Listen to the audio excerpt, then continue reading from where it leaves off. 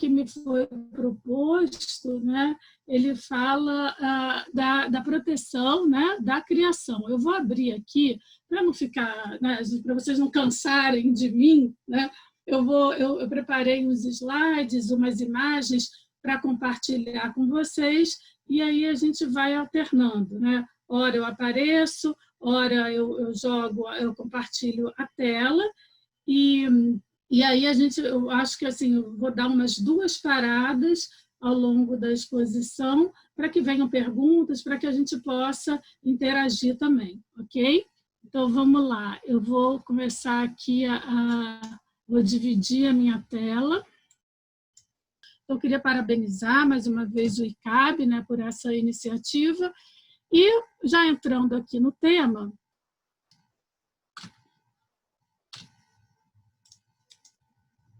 eu vou passar esses slides introdutórios, eram mais números, né, de mercado, mas vocês que atuam no segmento, todo mundo tem acesso a esses dados, né, seja na OCA, no Observatório, né, do Cinema, na Ancine, lá no site da Ancine, esses dados estão disponibilizados, e como a gente já começa com um pouco do tempo avançado, eu já vou entrar, né, no tema, né?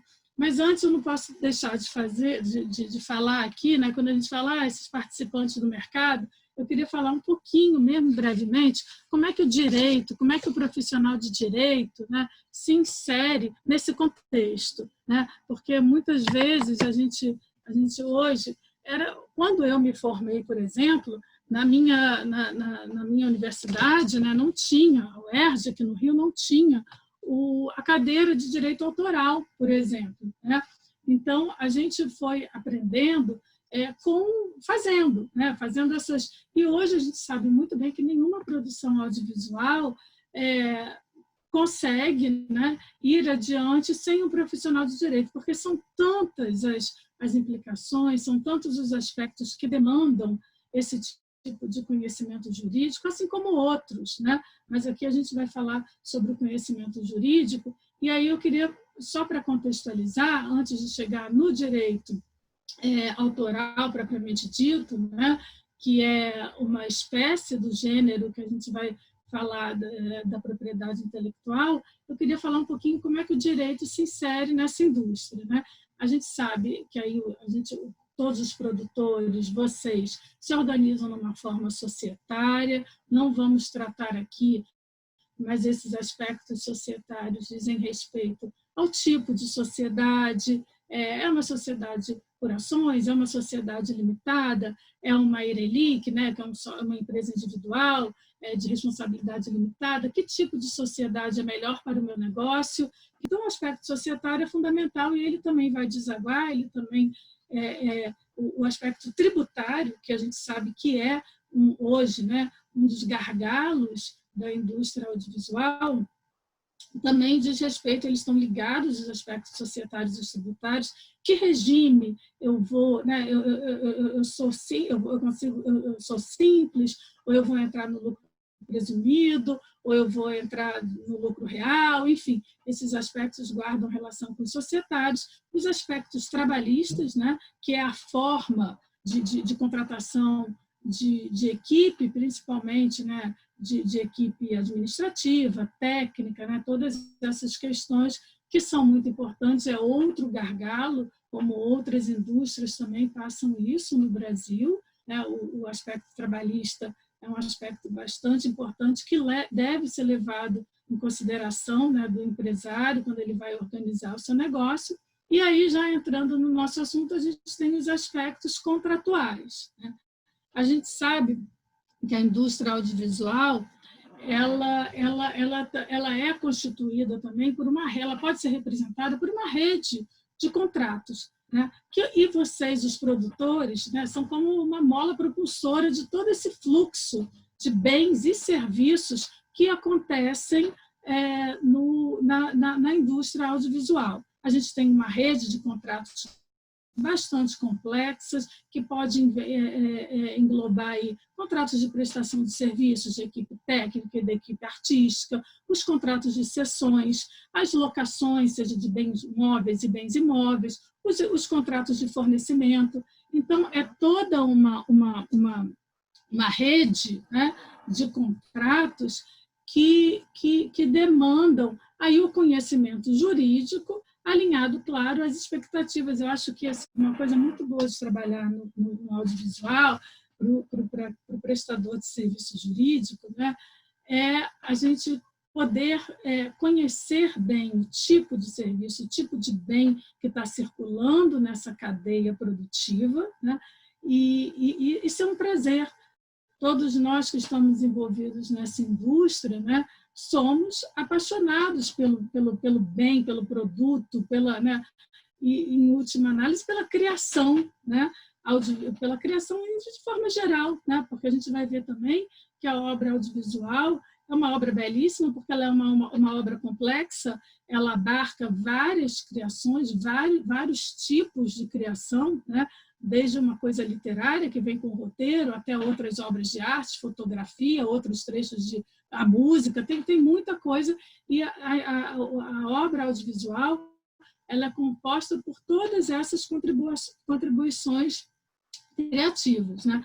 Então, quando no primeiro slide tinha lá um direito de propriedade, né? E aí cabe também dizer aqui que o direito autoral, vou tentar voltar aqui a minha imagem, que o direito autoral, apesar de hoje, né, depois de todo um desenvolvimento de alguns séculos, ele ser considerado um direito de propriedade, ele não começa assim. Ele não começou com essa ideia, com esse conceito de direito de propriedade.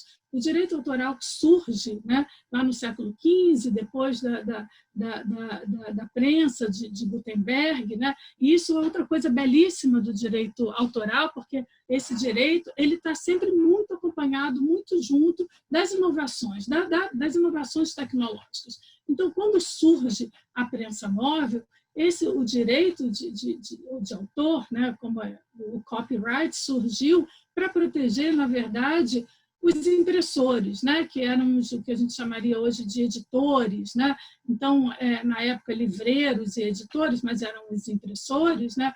E isso era um monopólio, né, que eles tinham por um determinado tempo para imprimir, né, para reproduzir, para fazer aquela cópia daquela obra. Dicionários, relatos de viagens, né, agendas, enfim, todo esse tipo de obra lá do século XV. Hoje, o jeito que a gente conhece o direito autoral, por mais que tenha o desdobramento também do direito moral, né, ele é um direito muito relacionado à propriedade. Por isso que eu coloquei lá no primeiro slide, que assim, ele é uma propriedade diferenciada, né? Diferenciada de um apartamento, diferenciada de um carro, de uma geladeira, ele é um bem imaterial, né?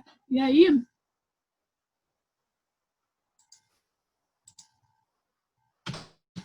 a gente, então, já entrando no nosso tema, que é a proteção da criação, né? Que nada mais é do que a propriedade intelectual. O que é a propriedade intelectual? É tudo que pode ser considerado inventividade, né? É toda a inventividade, todas as invenções, todo o conhecimento, toda a capacidade humana de criar, né? E aí a gente diz, né, quer dizer, a propriedade intelectual é, na verdade, um gênero, né? E aí, tá vendo? A gente trabalha sempre, né, com essas dualidades. O direito autoral é uma espécie desse gênero e que também abarca os direitos da propriedade industrial, tá? Os direitos autorais, né, são é o conjunto de direitos que os criadores possuem sobre suas obras literárias, artísticas, científicas, né?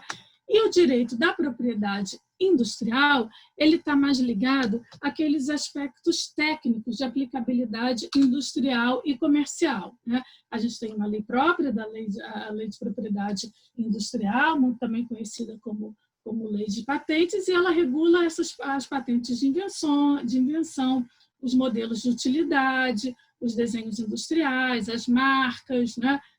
Aí, as indicações geográficas, né? E também a concorrência desleal. Já os direitos autorais, né, o nosso campo aqui de análise, nosso campo de debate, né, ele está, sobretudo, nessa lei, no 9.610, que todo mundo conhece, mas também outras leis são consideradas dentro deste conceito, né, dentro dessa espécie de direitos autorais. A lei do software, a lei de cultivares, né, que é a Embrapa, e topografia e circuitos integrados. Aqui é importante ver que os direitos autorais não estão só, né, na lei de direitos autorais. Eu diria até que a gente, hoje, né, vocês também devem acompanhar, a gente já passou por algumas tentativas de reforma da lei, que é de 88, né? Muita gente diz que os instrumentos, os conceitos que estão ali já não acompanham mais o direito autoral, como a gente tem hoje na prática, né? Eu acredito que assim, a gente tem conseguido dar conta com alguns problemas, né? Porque, como eu falei, o direito autoral é sempre muito vinculado à ideia dos avanços tecnológicos, né? E hoje essa coisa da rede de informação, essa transformação digital que mudou radicalmente o modo de produção, toda a cadeia foi afetada, né? A parte da produção, a parte do consumo, da distribuição, do consumo. Então, inclusive o conceito de autoria, né? Muita gente hoje relativiza porque a gente vê aí obras que são criadas coletivamente, né? De uma forma que aquela ideia que existiu, né? Do copyleft, uma coisa que hoje está um pouco mais vamos dizer assim, né, já um pouco batida, a gente já, né, mas muita gente acredita nas obras abertas, né, um conceito antigo, mas aquela coisa de ainda existe essa autoria difusa, vamos dizer assim, né, mas em termos voltando aqui para a lei, né, para o sistema positivo brasileiro, como eu estava falando, os direitos autorais não são só regulados pela Lei 9.610. Mas eles também estão na Constituição, e aí é muito interessante mesmo, porque o artigo 5º dos direitos da Constituição fala, né, que é um direito exclusivo do autor, né, a utilização, a fruição das suas obras. Vejam que esse direito é um direito de cunho patrimonial, né, e está lá na Constituição. E que tem, né, eu acho que a gente tem que conjugar isso em termos constitucionais, o direito autoral do artigo 5º com o artigo 170, que é da Ordem Econômica Brasileira, né, que tem lá a propriedade privada, a livre concorrência, todos esses princípios do sistema, né, dentro, em conjunto com o artigo 5º, fazem esse sistema constitucional. Também tem o artigo 216, o capítulo da cultura, mas esse sistema, junto com a Lei 9.610 e os tratados, né, internacionais e também as decisões judiciais, podem ser fontes, né, dos direitos autorais. Né? Mas o que são essas obras? Né? Quando a gente fala quais são as obras amparadas, né? Que obras merecem a proteção do direito autoral? A lei diz, né, que as obras protegidas são aquelas criações do espírito humano, desde que originais, expressas, né, por qualquer meio e fixadas em qualquer suporte.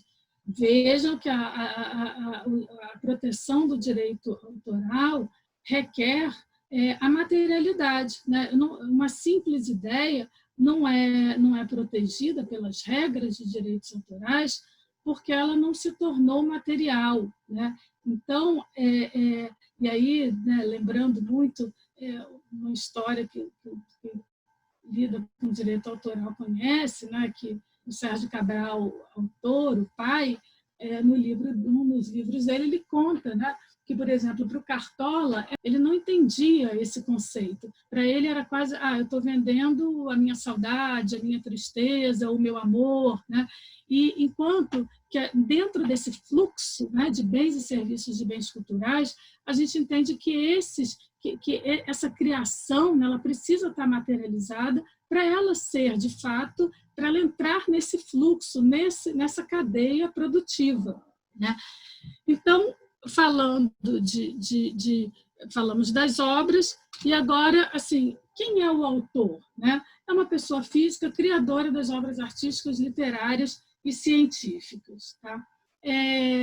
Eu já vi contratos, juro para vocês, que tinha lá a pessoa jurídica como autora. Isso não é possível. Né? A gente vai ver daqui a pouquinho a titularidade, que é um conceito que anda junto com de autoria, vamos dizer assim, dentro nesse contexto de indústria, né? de circulação de bens, mas a pessoa jurídica não pode nunca ser autora, porque o autor é a pessoa física. Né? Não sou eu que estou dizendo, também é um conceito legal, está lá na definição de lei. Tá?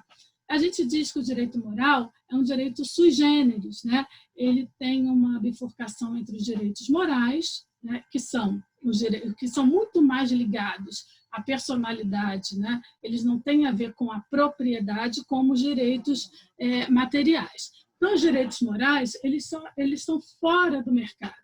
Eles não podem ser negociados, eles são irrenunciáveis, ainda que o autor não queira mais, é impossível ele transferir. Eles são inalienáveis, eles são intransmissíveis. Eles podem ser agrupados em 3 grandes grupos, vamos dizer assim. Tá? O direito à paternidade, né, que é o direito de reivindicar a qualquer tempo a autoria e ter o seu nome vinculado à obra. Sempre, em qualquer uso, sempre que a obra for utilizada, o autor tem o direito irrenunciável, inalienável e intransmissível de ter o seu nome ou o seu pseudônimo atrelado a essa obra. Outro direito moral é o direito à integridade, a não modificação da obra, que assegura justamente que nenhuma alteração possa prejudicar ou atingir a reputação do autor. Né? Ele não pode prejudicar a imagem da obra, a integridade da obra e nem a reputação do autor.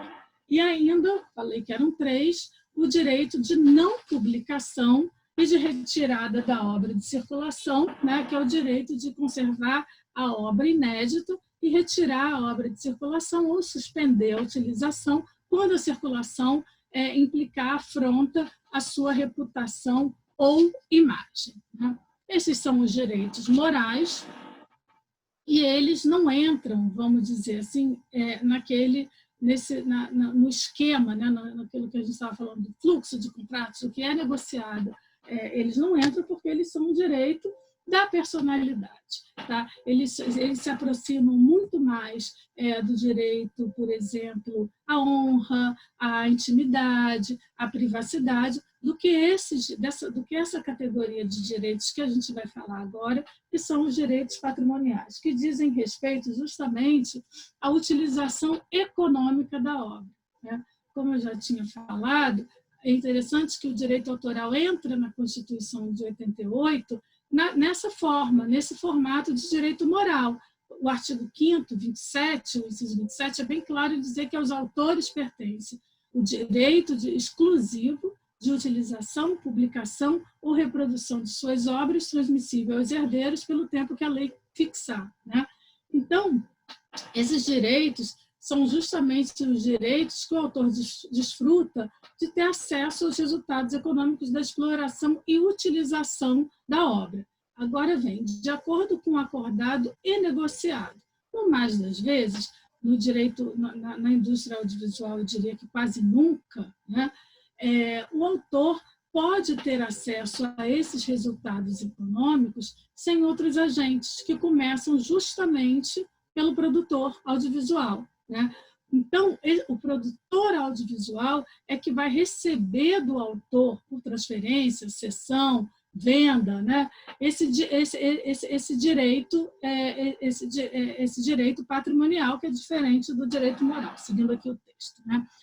E a gente sabe também, né, que depende, como o autor concentra esse direito exclusivo de utilização, né, qualquer autorização, todas as utilizações, por qualquer forma ou processo, dependem, né, da autorização do autor.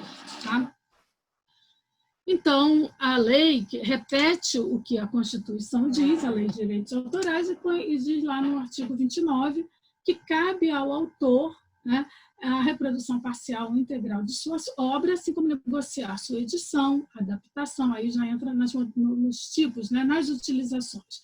Edição, adaptação, tradução, distribuição e qualquer forma de utilização. Como a gente também sabe que os direitos autorais são sempre interpretados restritivamente. Então, é cada utilização uma autorização. Se não tiver, o contrato sempre é interpretado de acordo com a finalidade contratual, né? E nunca de uma forma abrangente. É sempre restritivo. Aí a gente já entra, né, assim, nas utilizações mais comuns, né, da obra audiovisual, né? O produtor precisa concentrar para entrar naquele fluxo da cadeia produtiva, né? A gente precisa do direito, o autor precisa ceder para ele o direito de reprodução, que é justamente o direito de autorização de cópias, né? O direito de distribuição, que é aquele direito de colocar à disposição do público as cópias, o direito de comunicação ao público, né? O direito de comunicação se divide no direito de representação pública ou de execução pública, né? No caso do audiovisual de representação pública, de execução pública, desculpa, né? E também outros direitos. Tem o direito de sincronização, que é aquele direito de autorizar a inclusão de obras musicais nas produções audiovisuais, o direito de adaptação, que, por exemplo, quando o roteirista cede o seu roteiro a um produtor audiovisual, ele cede essa modalidade, né, da adaptação para que o roteiro seja adaptado a uma obra audiovisual. Como eu tinha falado, a obra audiovisual ela tem uma característica diferente de algumas outras obras intelectuais, por exemplo, um livro. Um livro você tem um autor, talvez dois, pode até ter mais, mas assim, um autor que cede os direitos de edição, de publicação, de distribuição para uma editora, né? Ele pode ser um autor que o livro sai com a contribuição única de um autor, de uma pessoa física. A obra audiovisual é diferente, né? É diferente, seja factualmente, seja também pela disposição legal. A gente vai ver que a lei audiovisual diz para a gente, a lei de direitos autorais diz para a gente quem são os autores da obra audiovisual, né? E a definição da obra audiovisual também está lá na lei. Ela é, por natureza, por definição legal, uma obra em coautoria. E é a obra que resulta da fixação de imagens, com ou sem som, que tem a finalidade de criar, né, por meio de sua reprodução, a impressão de movimento, independentemente dos processos de captação, do suporte, ou posteriormente para fixá-lo, bem como dos meios utilizados para sua veiculação. Aí a gente já entra, né, quem são os principais agentes, né, daquele fluxo de circulação da cadeia produtiva? Os autores e os titulares de direitos de autor. E aí a gente vem para a distinção dos conceitos de autoria e titularidade. Como a gente viu, a autoria só pode ser atribuída à pessoa física, né? Ele é o criador original, tá? E a gente já vai ver quem a lei diz que são as pessoas físicas autoras, criadoras da obra audiovisual, mas em contraposição à autoria, não contraposição, né? Mas é complementar, vamos dizer assim, porque a gente precisa do titular, a gente precisa que esses direitos sejam postos em circulação, né? Para que a obra seja conhecida, seja divulgada. Então, a titularidade, diferente da autoria, ela trata da propriedade da obra, né? Então, o titular, aí sim já pode ser uma pessoa jurídica, ele é uma pessoa física ou pessoa jurídica que detém o poder de exercer certos poderes sobre a obra, notadamente a exploração econômica. Os autores, na definição legal, são, pelo artigo 16, são o roteirista, né, e o diretor. Por mais que o artigo use essa nomenclatura, autor do assunto, o argumento literário, musical ou litero musical, a gente está falando aí do roteirista e o diretor. Tá? E claro, né, também o autor da composição musical. tá? Que é isso que ele chama de argumento musical. E, no caso das animações, são coautores ainda os criadores dos desenhos animados. Uma observação: o diretor de fotografia, o diretor de arte, o montador, o cenógrafo e outros colaboradores criativos, por mais que aportem uma contribuição bastante importante em termos criativos, eles não são considerados autores pela definição legal, né? A lei de direitos autorais, além dos autores, ela protege também os artistas intérpretes, né? E só falando da obra audiovisual, né? Porque artistas intérpretes para outro tipo de obra são outros, né? Mas aqui para a gente são os atores, os cantores, os músicos, os bailarinos, né? Então, esses que a gente também chama de detentores de direitos conexos ou direitos vizinhos, também são protegidos pela lei de direitos autorais. Acabei de descobrir aqui que eu não consigo avançar se eu não tirar a imagem. Vamos lá.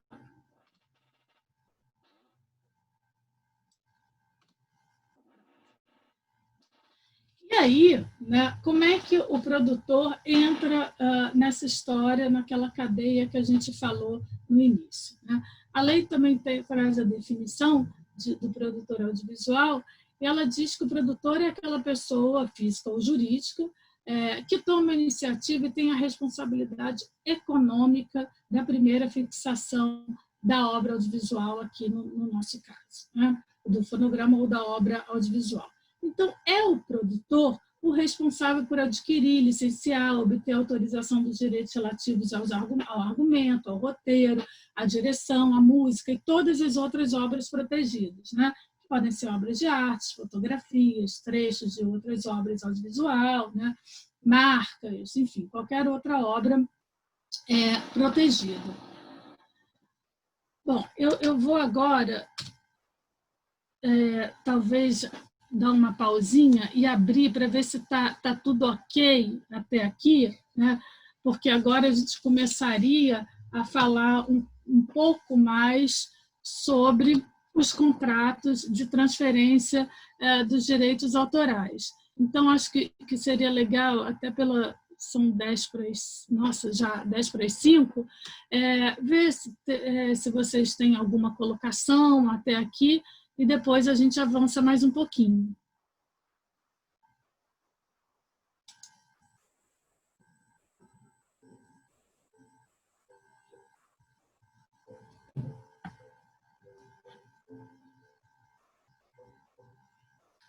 Giovana? Já tem uma pergunta aí, Paula, no chat. Você deu uma olhadinha? Desculpa, vou entrar aqui no chat.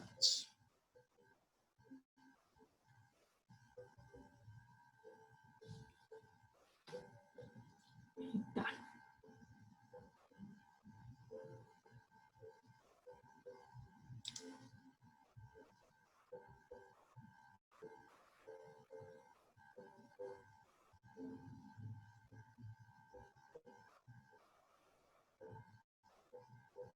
Tá. Um filme documental, pergunta da Gabriela, um filme documental pode usar obras musicais ou outras obras audiovisuais sem licenciamentos? A gente vai, se o tempo permitir, a gente vai falar um pouquinho, né, sobre as limitações aos direitos autorais. E porque o direito autoral, assim como o direito de imagem menos, mas o direito autoral, ele não é, assim como qualquer outro direito, ele não é um direito absoluto, ele nunca pode ser exercido, né, de forma absoluta. Ele ele tem essa relatividade. Então, a gente também trabalha com o que a gente chama das limitações ao direito autoral. Não existe essa limitação, né, por ser a obra documental, né? Por ser a obra documental, eu posso fazer uso eu posso utilizar outras obras sem licenciamento? Genericamente, a resposta é não. Em alguns casos, você vai poder, né? Mas dentro daquelas limitações que são bem restritas, que também estão descritas na lei. Gabriela, vamos ver se o que você está falando, né, obras musicais ou outras obras audiovisuais entrariam nessa limitação do direito autoral. Tá? Se até o final você continuar com essa dúvida, a gente volta. Mas, em princípio, não é o fato de ser documentário, né? se a obra é documental, que a gente vai prescindir dessa autorização. Aí a Gabriela fala assim, existe algo como direito de citação, como no setor literário? Bom, a gente tem também no direito autoral, no audiovisual, uma limitação que é a do pequeno trecho, vamos dizer. Né? O pequeno trecho, eu posso utilizar um pequeno trecho de outra obra sem pedir autorização, sem licenciar. Isso vai depender também do contexto. Né? E, então, o direito de usar um pequeno trecho seria, a gente vai falar daqui a pouco, seria uma dessas limitações. Agora, numa obra documental, né, se você der o exemplo, talvez a gente... você está falando, você está filmando a rua, né? Ou você está filmando, a gente vai ver aqui algumas obras, por exemplo, obras de arte que ficam em logradouros públicos, podem ser filmadas e veiculadas sem a necessidade de autorização, com alguns cuidados, é claro, né? Que também, se der tempo, a gente fala um pouco mais. Mas, em princípio, né, como eu falei, não é por ser a obra documental que faz prescindir da necessidade de utilização. Tá? A Yara pergunta...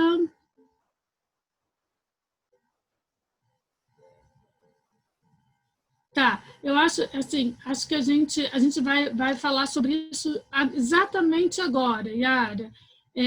Como se aplica... Entrou aqui, peraí.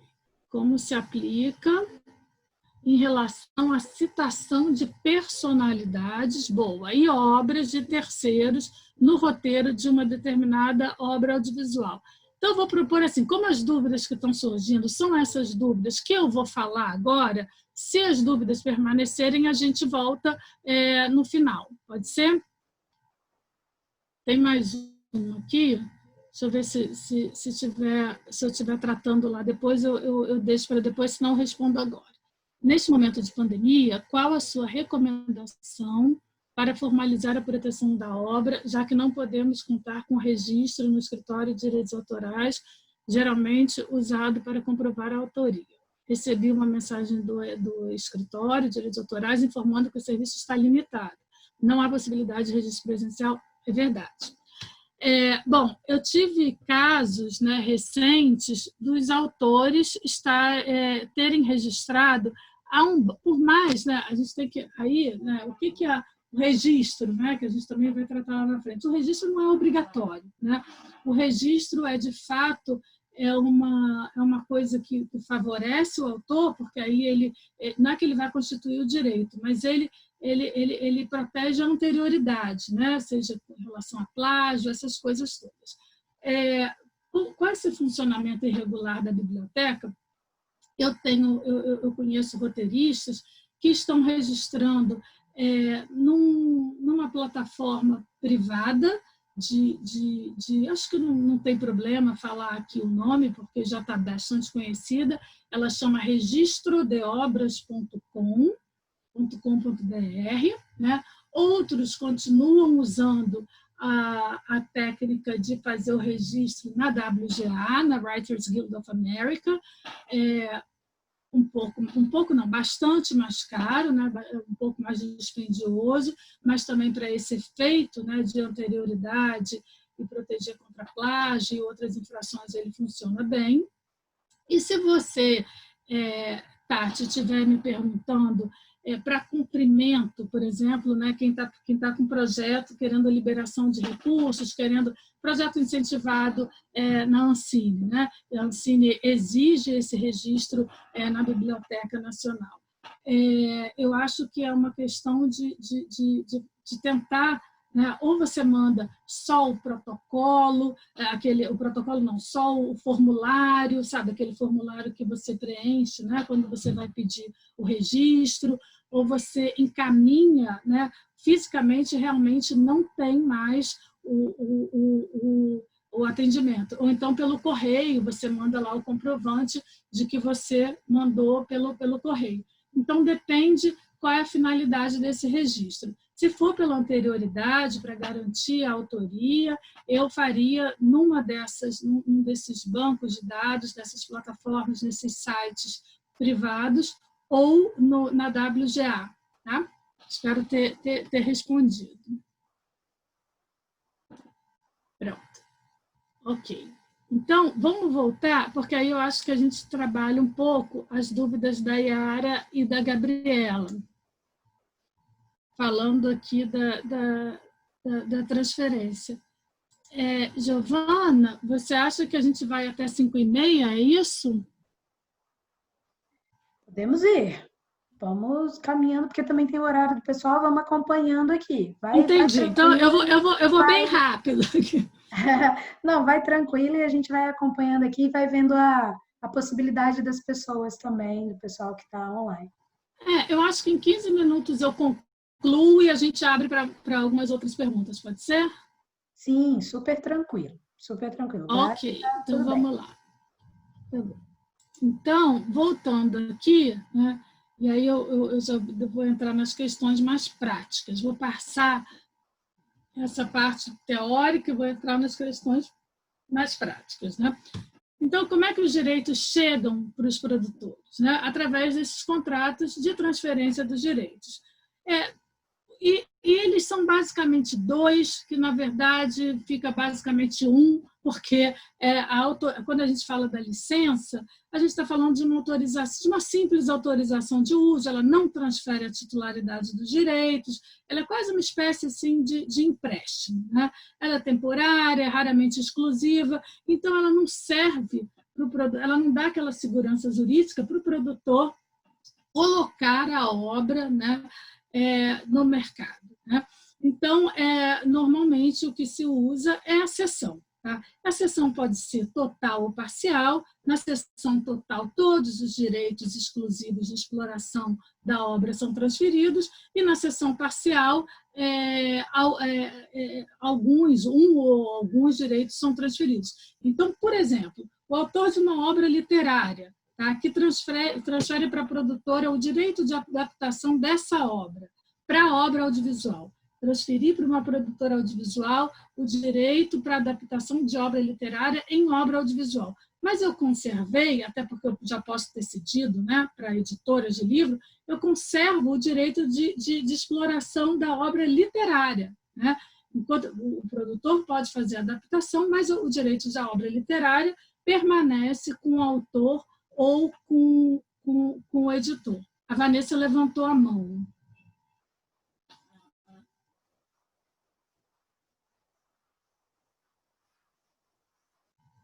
Gente, perguntas pelo chat, por gentileza. Exclusivamente pelo chat. Foi sem querer. Paula. Tá bom. Vamos lá. Sem problema, Vanessa. Vamos lá. Bom, então, a cessão pode ser total ou parcial. Né? Aqui a gente já falou.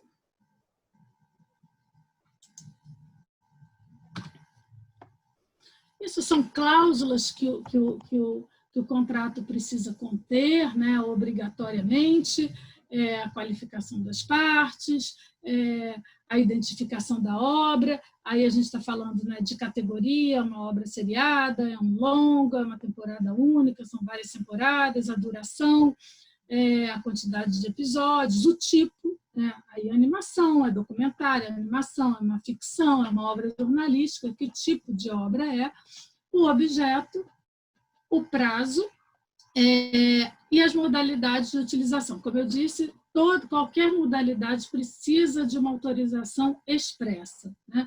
O direito autoral é sempre interpretado de modo restritivo. Não está escrito no contrato, as modalidades cedidas serão aquelas unicamente aptas a cumprir a finalidade do contrato. Então, além das modalidades de uso, a gente precisa também dos segmentos de mercado, né? O território, Se não tiver nada, se não tiver expresso, o território fica restrito ao território da assinatura, ao local de assinatura, né? Exclusividade ou não, normalmente é exclusiva, o preço, né? E aí, quando a gente está falando dos contratos de transferência, eu não sei se a gente falou, mas normalmente eles são um contrato híbrido, né? Eles são um contrato de prestação de serviços com a cessão dos direitos autorais. O roteirista que escreve, ele presta um serviço, mas ele cede os direitos. Então, o preço vai refletir uma parcela para a prestação de serviços, que normalmente é de 30%, e 70% para a cessão dos direitos. A possibilidade de obras derivadas, o prazo para a conclusão da obra, né? E, importante também, autorização de uso dos direitos de personalidade. Esses direitos de personalidade são aqueles que a gente falou, o nome, a imagem, a voz, que não se confundem com os direitos autorais, né? E os créditos, sempre. Né? Outra coisa que o produtor precisa se preocupar, né, sempre também, além da aquisição de direitos autorais, é o direito de imagem. Ele sempre anda muito junto com o direito autoral, mas eles não podem ser confundidos. Tá? Quando a gente fala, né, do direito autoral, a gente falou que é aquela espécie de gênero da propriedade intelectual e ele emana da criação, diferente do direito de imagem, que ele decorre da personalidade. Né? Então, ele é mais para o lado do direito da intimidade, da privacidade, ele tem uma característica mais parecida com esse direito, porque ele decorre da personalidade. Então, a gente não pode nunca confundir os dois, apesar da proximidade. Tá? E aí, a regra, já entrando numa das perguntas, né? A regra é que o produtor, sim, sempre deve obter a autorização para fixação da imagem de uma pessoa na obra audiovisual. Né? Há casos, há exceções, onde a gente pode entender que a utilização da imagem foi concedida de forma tácita. Né? A gente vai ver daqui a pouquinho, vou passar aqui bem rápido para chegar lá, quando que se dariam essas hipóteses. Né? Então, na fase de pré-produção, que contratos, em termos dessas transferências de direitos, né, autorais e de direitos de imagem, o produtor tem que se preocupar? Né? Em relação ao roteiro, a obra audiovisual é baseada em obra pré-existente, ou seja, numa obra literária, ou o argumento é original? Né? Isso aí, se uma obra, se existir uma obra pré-existente, a gente tem que ter o licenciamento para a adaptação dessa obra. Se o argumento for original, né, a gente precisa da cessão do argumento e do contrato de prestação de serviços e cessão de direitos patrimoniais.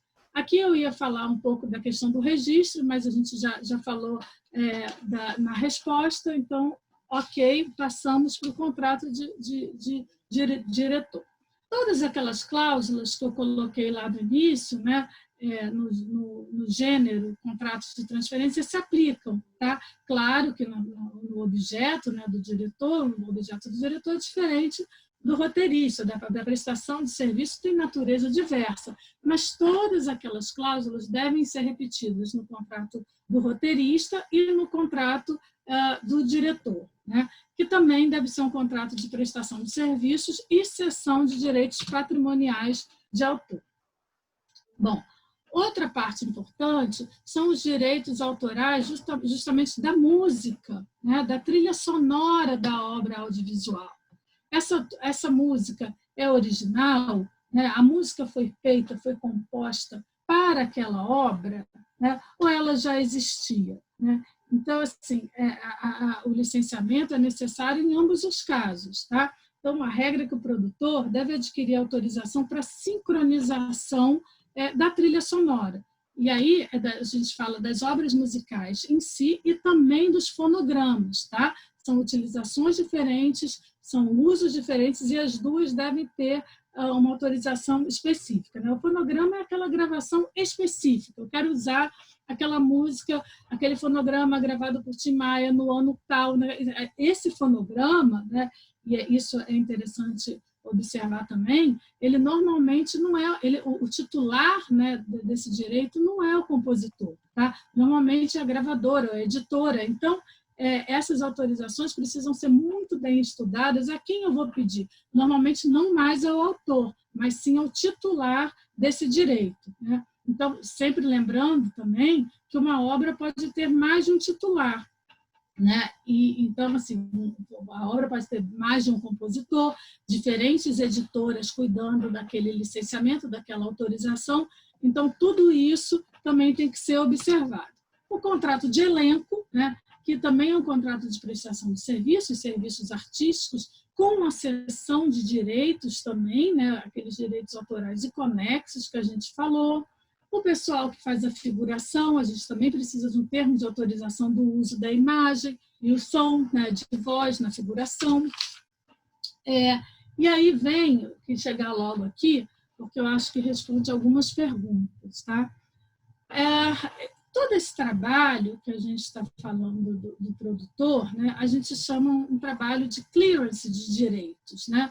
O produtor, ele conhecendo o projeto, ele tem que, de antemão, saber que autorizações, né, isso acontece com a ajuda de um advogado, de um profissional jurídico, que autorizações ele precisa e aonde buscar essas autorizações. Como eu falei, a regra é quase sempre, a regra é o pedir autorização. Né? Então, para qualquer obra, para o uso de obras pré-existentes, para direitos de personalidade, para licenciamento de obra autoral, para inserção e utilização em obra, na obra audiovisual, tudo isso ele precisa pedir autorização. Agora, vamos para algumas, né, já falando aqui, deixa eu ver se... Algumas utilizações, né, entrando na parte das limitações, algumas utilizações elas não têm necessidade de você pedir a autorização. Então, são as obras situadas permanentemente em logradouros públicos, as paródias e os pequenos trechos. Tá? Isso está na lei. Tá? Essas restrições, como eu falei, não podem ser criadas arbitrariamente, elas têm que estar no texto legal. Então, mas mesmo assim, a gente tem que ter cuidado com os requisitos e a caso. Tá? Quanto à obra, por exemplo, situada em logradouro público, a gente lembra sempre daquele filme do Zé Padilha, que tinha o Wagner Moura sobrevoando, né, a cidade de Asa Delta, e tinha uma cena do Cristo Redentor. Né? E a Arquidiocese do Rio não permitiu a veiculação dessa imagem, dizendo que era uma ofensa ao símbolo cristão. Né? E o filme foi exibido, não lembro agora em que festival, né, essa primeira exibição, eles resolveram cortar, o jurídico, né, da produtora falou, vou tirar. Né? Então, mesmo essa limitação de obras situadas permanentemente em logradouros públicos, a gente tem que ter cuidado, sempre no caso concreto. Tá? Então, como eu falei, né, a regra é essa, tá, da autorização, mas, por exemplo, estou me vindo aqui alguns exemplos. Né? Filmei num bar ou numa casa de shows, né? Fiz uma filmagem assim. Eu preciso da autorização de cada uma das pessoas? Depende. Há outros meios também de conseguir essa autorização. Supondo que o produtor coloque avisos que aquele show está sendo filmado, seja no ingresso, seja fixando cartazes, né, no local do show. Então, essas exceções sempre têm que ser cuidadas, né, caso a caso. Tá? Por exemplo, outra coisa, né, que a gente às vezes pensa, e as pessoas consideradas públicas, né? O fato da pessoa ser considerada pública, né, ela não representa necessariamente a utilização livre da imagem da pessoa. Né? Então, a gente recomenda, de novo, avaliar o caso concreto. Algumas perguntas devem ser feitas, né, até a gente chegar à conclusão de que não, eu posso prescindir da autorização. Assim, eu captei essa imagem de forma lícita? Né? Essa imagem é realmente necessária para informar aquele fato que eu quero dizer no meu documentário, né? Ou em qualquer outra obra? Né? Qual a utilidade, o interesse para o público do fato ser informado através dessa imagem da pessoa física? explícita, né? Ou seja, qual a necessidade da veiculação daquela imagem para informar o texto? Eu preservei o contexto original em que a imagem foi colhida, né? Tudo isso deve ser levado em consideração. Como eu falei, a mesma coisa, né, da pessoa, a pessoa está num lugar público, numa praça, num parque, na rua, né? Então, é o mesmo raciocínio. O fato da pessoa estar num lugar público não implica o uso livre da imagem, né? Então, é necessário que a gente avalie se a autorização para o uso dessa imagem pode ser presumida tacitamente, se eu tenho a autorização tácita, né? E aí eu não vou precisar da autorização explícita, ou se eu preciso de uma autorização explícita, né? Então, não há uma regra, tá, específica para isso. Por isso que o clearance de direitos ele depende muito do bom senso e do caso concreto. Então, como não tem regra, a gente tem alguns parâmetros, né, que a indústria começou a utilizar. Nesse caso das pessoas em locais públicos, né? Será que aquela pessoa tinha ciência da possibilidade da captação da imagem dela, né? O contexto que eu tirei essa imagem, o contexto original de onde foi extraída a imagem, foi mantido? Aí outra coisa importante, aquele retratado, ele é um elemento central da cena ou ele aparece meramente de forma incidental? Eu lembro de um caso agora que eu analisei, era justamente um bar, estava tendo um pagode, uma coisa assim, e uma pessoa apareceu ali, coisa de, acho que, não sei, 2 segundos, né? Eu não sei como ela mesma se reconheceu, né? E estava muito claro que era um caso, ela não era um elemento principal, ela não era um elemento central da cena, ela aparecia incidentalmente, né? Então, nesse caso, poderia, a pessoa se sentiu lesada e foi ao judiciário, né? Mas o advogado que analisou preventivamente considerou que não precisava, justamente seguindo esse critério de que ela não aparecia de uma forma central, né? Outra coisa, ele aparece de uma forma vexatória, de uma forma constrangedora, né? Aí é claro que não é a limitação não é tão clara assim. Apareço na rua fazendo alguma coisa, né, que cause algum dano à imagem, à reputação da pessoa, né? Isso certamente não vai ser considerado uma autorização tácita, né? As matérias jornalísticas, né, me veio também aqui, podem ser outro caso, né, que elas podem ser usadas, né, numa obra sem autorização, mas também ela tem que ter alguns critérios, alguns requisitos. Elas precisam ser utilizadas, por exemplo, desde com uma finalidade, vamos dizer assim, de informar o público acerca do acontecimento, né, de determinado fato, né? Isso, claro, sem prejuízo aí de outros critérios, como, por exemplo, né, a informação ser verídica, tá? E aí cabe ao produtor sempre avaliar a fonte, né? Entrando um pouquinho na questão, já que foi uma pergunta, dos documentários e das cinebiografias, a gente tem muito presente a questão lá do artigo 20 do Código Civil, né, que ficou muito famoso há pouco tempo atrás, que é aquela questão que foi julgada no Supremo, do direito à biografia, né, de como o retratado pode se posicionar diante da sua imagem veiculada em alguma obra, né, e também se aplica ao audiovisual, né? E a gente pode dizer assim, que, de maneira geral, de acordo com a redação atual do artigo 20, a exposição, a utilização da imagem de uma pessoa pode, sim, ser proibida conforme o seu requerimento, mas apenas se essa utilização, né, atingir a sua honra, sempre com a finalidade, né, de fins econômicos, né? E aí isso pode gerar, inclusive, um direito do retratado a pedir indenização, né? Então, e esse negócio também dos documentários, das cinebiografias, é importante dizer que, ainda que não seja uma regra, é necessário a autorização, né? A Ancine, por exemplo, nos projetos incentivados, ela exige essa autorização, justamente o que dá segurança jurídica, né, para a circulação dessa obra, né, que está sendo feita com dinheiro, muitas vezes, de incentivo, né.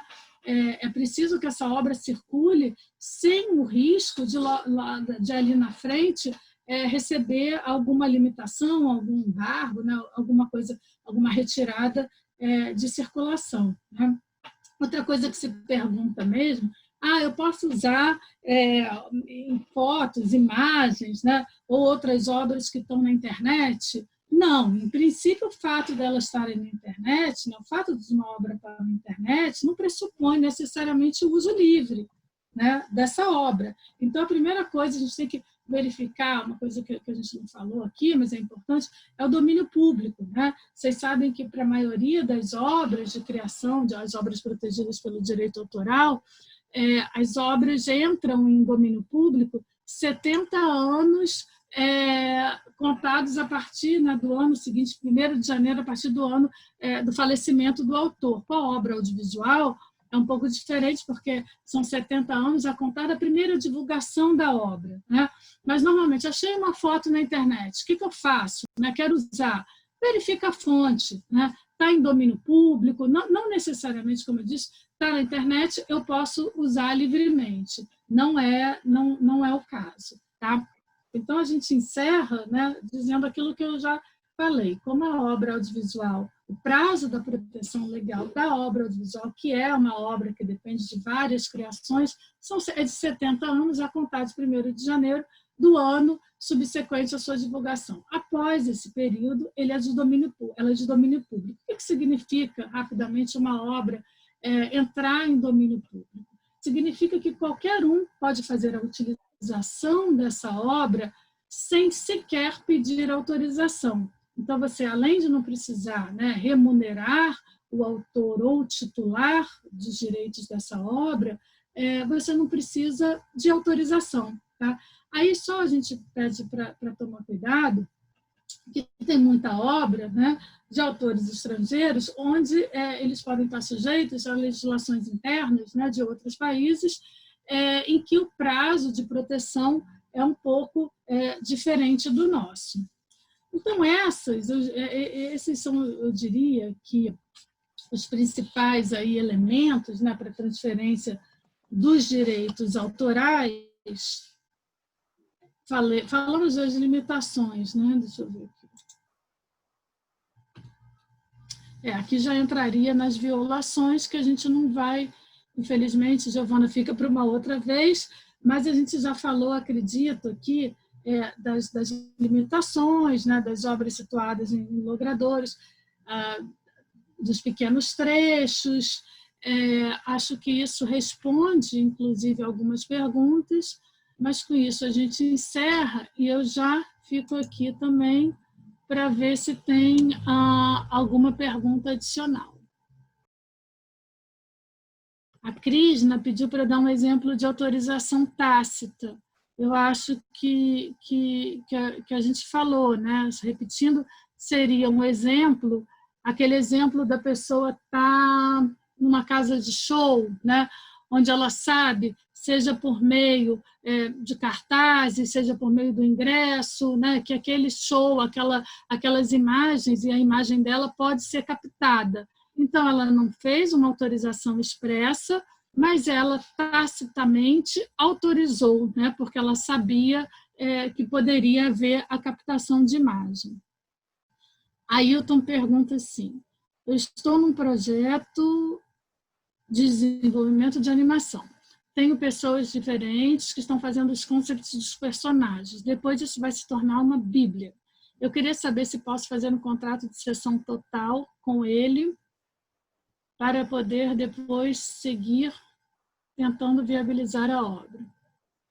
Olha, Ailton, uma solução de mercado, né? De repente, você não precisa necessariamente fazer um contrato de cessão, né? Os produtores trabalham muito com aquela modalidade jurídica que é a opção, né? Você pode fazer um contrato de opção para a aquisição desses direitos, para a cessão desses direitos, né? Você nesse tempo aí, até você exercer a opção, você vai tentando a viabilidade econômica, financeira do projeto, e isso é muito utilizado, né? Sabendo que na animação, como a gente falou, os autores, os criadores dos desenhos são autores. Então, de fato, né, para produzir efetivamente essa obra, para colocá-la no mercado, você sim precisa da cessão desses direitos, porque o animador é autor, né? O que você pode fazer, como eu falei, é um contrato de opção para aquisição posterior desses direitos. Assim, Vanessa, a gente aqui, na verdade, você pode ter uma obra, né, que ela é uma obra audiovisual jornalística, mas a gente está tratando mesmo de uma obra de documentário, né? Por exemplo, jornalismo, né? Quando você assiste um programa estritamente jornalístico, né? Essa autorização normalmente ela não é necessária, tá? A gente está falando de produção em termos de documentário. E aí realmente não precisaria. Para o jornalismo, as pessoas que são retratadas nas notícias, né, jornalísticas, elas não precisam autorizar expressamente a utilização dessa imagem, a não ser, vamos supor, agora, isso gera para a pessoa algum direito, se ela for, por exemplo, retirada, se a imagem for veiculada fora do contexto original, ou a pessoa fazendo alguma coisa, né, assim, que atente contra a reputação, a honra, até a privacidade da pessoa, isso pode gerar algum ressarcimento? Pode, porque isso já entra, né, naquilo que a gente conversou um pouco sobre o direito de imagem, né, que é um direito que decorre da personalidade. E qualquer uso indevido disso pode gerar a quem usou a obrigação de ressarcir. Então, você poderia falar mais sobre a limitação do direito autoral, no caso de pequenos trechos? Sim. O pequeno trecho ele tem uma dificuldade porque ele é um conceito muito subjetivo. A gente não tem nenhuma definição do que seria esse pequeno trecho. Então, por isso que eu falei, é caso concreto e bom senso. Tá? Já vi casos assim, um exemplo, né? Um personagem numa obra audiovisual está cantando um refrão de uma música, né? Mas o que é essa música? Como é que essa música foi inserida na obra? Ela tem esse elemento de centralidade ou ela realmente é incidental, né? Tudo isso tem que ser levado em consideração. O pequeno trecho, ele não pode jamais dizer respeito à substância, né, da obra, né? Ele tem que realmente ser quase como uma referência, sabe? É uma coisa assim, um leve sabor, né, daquela obra, né? Mas a dificuldade é justamente essa, não tem definição, é caso a caso, né? É a análise do caso concreto e do bom senso. Como evitar que, se a obra for produzida, ela não seja distribuída para outros territórios ou seja revendida?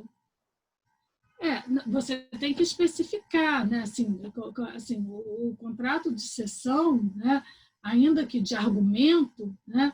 Não é um roteiro ainda, mas é de um argumento, e você precisa especificar, olha, o território é esse, só tem um jeito de você evitar, né? Contratualmente limitando. O que hoje é muito difícil, né? Porque a gente sabe que os mercados estão integrados, a obra audiovisual circula, né? Mais ainda em termos dos meios digitais. Então, essa limitação de território, eu diria que é bastante difícil, tá? Mas só tem uma forma de limitar território, contratualmente, colocando lá no contrato, né, que você está fazendo a cessão para esse território, ou só para esse território. Olá, doutora Paula, minha pergunta, enviada anteriormente, é da Yara. Seria quanto às citações a personalidades ou séries, filmes em diálogos do roteiro. Nesses casos de citações, são necessárias autorizações? Se o personagem, se eu entendi a pergunta, se o personagem está citando. Então, se eu estou contando para minha filha que em março de 1964 aconteceu tal fato histórico, e aí cito nomes de pessoas, aquele personagem, a personagem cita, né, para outra personagem esse fato. Só de citar o nome, não precisaria, né? A autorização na verdade, do que a gente chama, né, dos life rights, né, dos direitos de vida, de personalidade, dos dados biográficos e também da imagem. Uma mera citação, um personagem citando para outro, né, um fato histórico que aconteceu, alguma coisa, né, assim, não. Em 84, Tim Maia gravou tal música. Se for isso, e se a pergunta for essa, não é necessária a autorização. Depende do tamanho da história que você conta, né? E, de novo, muitas vezes você não precisa da autorização, você faz um uso e a pessoa pode se sentir, são duas coisas diferentes, ela pode se sentir prejudicada e pedir a retratação, né? E às vezes até um ressarcimento patrimonial. Então, se você conta que um personagem conta para o outro que teve uma festa tal e eles, não vou nem usar o nome das pessoas, e aí a polícia bateu lá e encontrou lá, enfim, tantos, né? Isso pode sim te gerar alguma obrigação de ressarcir essa pessoa. Carol, textos jornalísticos e crônicas de jornal são protegidos por direito autoral? Sim, porque você não pode utilizar, por exemplo, uma matéria, você vê, né? Uma matéria do Globo, uma matéria, a utilização não é livre, né? Eu não posso pegar aquela matéria e sair replicando, né? Inclusive, por isso que hoje, né, assim, esses jornais têm assinaturas digitais, inclusive com mecanismos de impedir que você compartilhe, né? Muitas vezes aquele artigo. Então, há uma proteção, tá? Que na verdade, do veículo, né? Da empresa jornalística, e sim, eles têm proteção dessas regras de direito autoral. Joana, estou tentando contato com a agência representante de um autor já falecido, mas que ainda detém direitos. Já mandei vários e-mails, 6 meses aguardando retorno, não atende o telefone e não responde. Usamos um poema num filme. A atriz faz a leitura e cita o nome. Como devemos prosseguir? O filme ainda não foi lançado. Bom, nesses casos, até a gente teria algumas recomendações, né? Colocar nas redes sociais, porque o produtor precisa mostrar que esgotou o máximo todos os recursos de localizar o autor ou o detentor dos direitos, né? Então, hoje em dia, colocar em redes sociais, antigamente se colocava em jornal mesmo, impresso, é uma alternativa. E outra coisa seria fazer uma reserva, né, para pagamento desses direitos, se os representantes, o autor é morto, se herdeiros ou algum titular aparecer. E aí você colocaria no final da exibição, né, na cartela do filme, na cartela de créditos, que há direitos reservados para o autor tal, né? Então, isso também te garante minimizar o risco, né, de ter algum titular aparecendo e reivindicando esses direitos. Mas eu aconselharia tentar redes sociais, jornais, dar alguma forma de publicidade antes de considerar o que a gente chama essa obra órfã. Em contratos com elenco, como colocar a autorização para redistribuição sem pagamentos e autorizações adicionais? O contrato de elenco, né, Yara, você perguntou, acho que muito em função das diretrizes, né, das obrigações da lei de 78, da lei de 6533, a lei 6533. Então, em princípio, né, você tem que seguir aquela lei, né, que muitos acham, isso é uma discussão muito delicada, muitos acham que a lei de 98, a lei 9.610, revogou essa proibição da cessão total para sempre, né, o que geraria aos intérpretes esse direito, né, o que você está falando desses pagamentos. mas isso é uma questão muito delicada, né? É uma pergunta importante, mas a gente não tem uma resposta. Como é que eu coloco, né? Como é que eu faço isso sem esse direito, sem pagamento, né? Se é o que está dizendo na lei. Pergunta: trabalho numa produção documental sobre uma série de choro em que os músicos improvisam pequenos trechos de músicas editadas. Essas não são as músicas principais, são somente afinações, levadas e coisas semelhantes. Mas os músicos são profissionais contratados pela produção. Isso agrava o uso ou pode ser considerado pequeno trecho? Olha, Gabi, aí eu já acho que, se você está perguntando se agrava o uso, se você precisa de autorização, eu investigaria um pouco mais, né? Porque, como eu te falei, muitas vezes esses direitos são de outros titulares, né? Que não os compositores. Então, eu buscaria, sim, uma autorização. Mesmo, não sei do que você está falando, em termos de minuto, em termos de... Né?